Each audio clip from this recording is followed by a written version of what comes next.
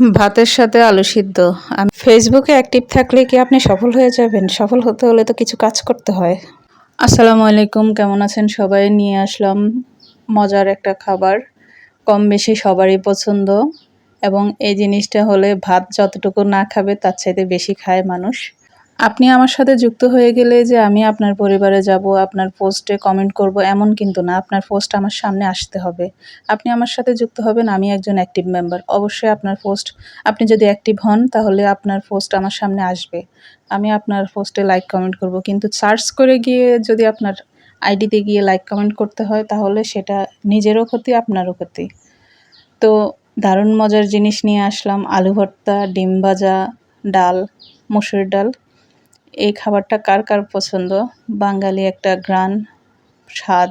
ফেসবুকে কাজ করতে হলে আপনার অবশ্যই বুঝতে হবে কাজের ধরনটা কী, কীভাবে কাজ করবেন, কীভাবে কমেন্ট করবেন, কতটুকু কমেন্ট করবেন, কতটুকু অ্যাক্টিভ থাকবেন, আপনার কনটেন্টটা কেমন হবে। আপনি কিছুদিন ফেসবুকটা অবজার্ভ করেন, দেখবেন যে অটোমেটিক আপনি সব কাজ করতে পারবেন। আপনার কাজটা অনেক সহজ হয়ে যাবে। ফেসবুকে কাজ করাটা এতটাও কঠিন না। কিন্তু আমাদের কিছু ভুল ধারণা আছে যার কারণে আমরা আগাতে পারি না, সফলতা পিছিয়ে যায়। অন্য কিছু যখন খেতে ইচ্ছে করে না অথবা রান্নার কিছু নেই তখন শর্টকাট এবং খুবই মজাদার হচ্ছে আলু ভর্তা, ডিম ডাল।